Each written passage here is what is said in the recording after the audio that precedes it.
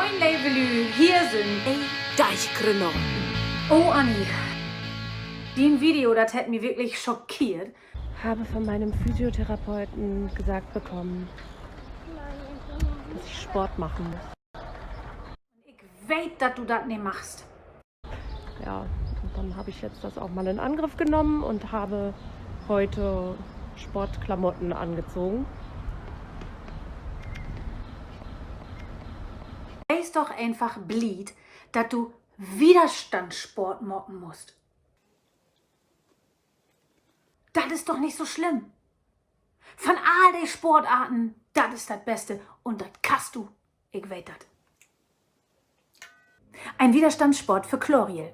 Gar kein Problem. Ich wies die dat. So, Anni, da sind wir wer und nun kommen wir zu der praktische Day. Das hier, was ich die wiesen dau, ist ein körpersystemimmanenter, ganzheitlicher, stabilisierender